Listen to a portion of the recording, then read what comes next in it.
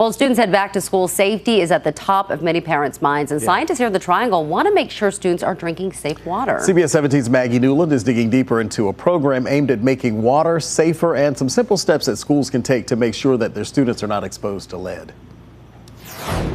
It's a hot start to the school year in central North Carolina, and many students will be filling their water bottles or drinking from water fountains. If those fountains haven't been used over the summer, experts suggest running water through them for several minutes to reduce any exposure to lead. We really find lead in our water because there's a certain amount of allowable lead in piping, plumbing, and fixtures.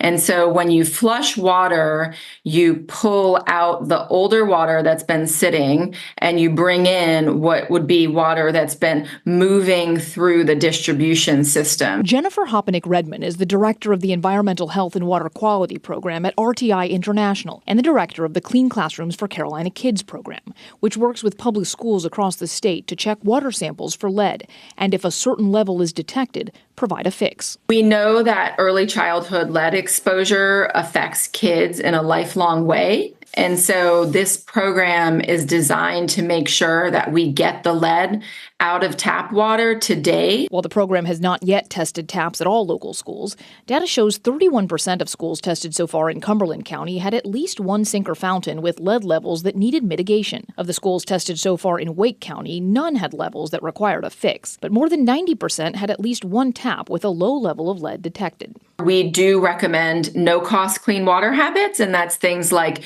using cold water for drinking or cooking. And she recommends flushing the taps, not just after summer break, but even after weekends, saying it's a good idea to run water for about 30 seconds in any sink or water fountain used for drinking or cooking. Maggie Newland, CBS 17 News.